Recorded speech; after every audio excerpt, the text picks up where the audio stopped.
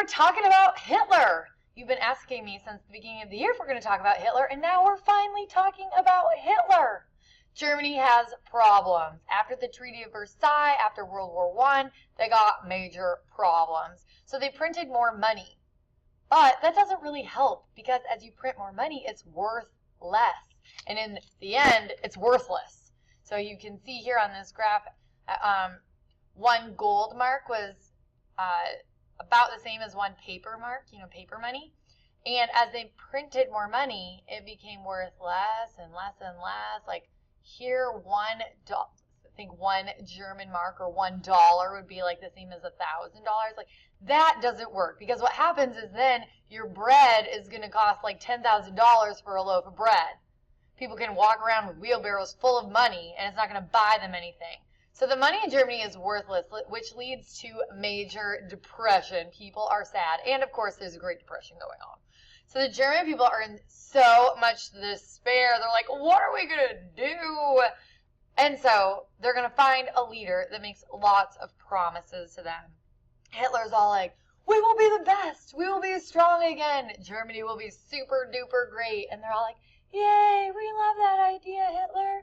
We support you. And in 1921, Hitler is the leader of the National Socialist German Workers' Party, or the Nazi Party. Now, at first, they're not super popular.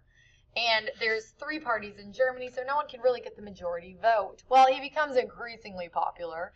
In the 1930s, the Nazi Party gains political power. Hitler creates a totalitarian state. And we're going to talk about how he did that, of course.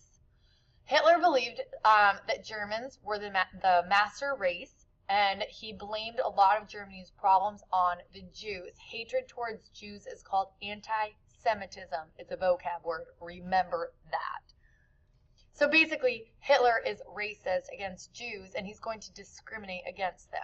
Now, when he was in jail, he blamed the Jews for Germany's struggles in his book that he wrote called Mein Kampf, which means my struggle. So he goes into great detail about how everything is the Jews' fault.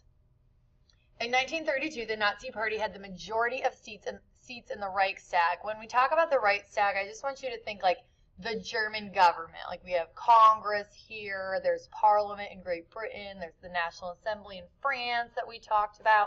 Now when we say Reichstag, just think the German government. So in 1932, the Nazi Party has the majority of the seats. So they're able to pass different laws because they have majority vote. And they passed this act called the Enabling Act. The Enabling Act is bad news bears.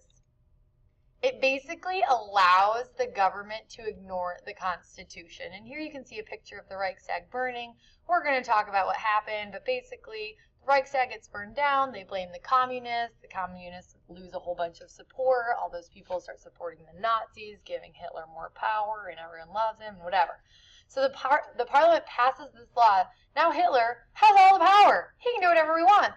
So he decides to ban all political parties. So now the only political party that is legal is his party, the Nazi Party. They burn books. They take away freedom of speech, freedom of assembly, freedom of press, meaning the ability to, write your ideas down, basically taking control of the newspapers, and of course, freedom of religion. Hitler takes control of the radio and the newspapers. With this, he is basically able to use propaganda to indoctrinate people. Think of it as brainwashing. There's a lot of propaganda going on, so whatever he wants the people to hear and believe, that's all they hear and believe on the radio and the newspaper. The Nazi Party also took over courts. They set up a secret police, and they created large prison camps called concentration camps. Now, all of this we're going to get into way more detail when we start talking more about World War II. This is the basics. He passed the Nuremberg laws. Like I said before, he discriminated against the Jews. This is where he did it. Jews are now no longer citizens. They take control of Jewish businesses. Jews cannot attend state-run schools, and Jews did not have access to medical care. So all of his ideas he's really going to implement, and he's going to get the regular German population to believe him. Of course, some do not. Hitler also limited women's rights and believed that women should only be wives and mothers. And of course, he did a whole bunch more, and there's tons of information out there about Hitler.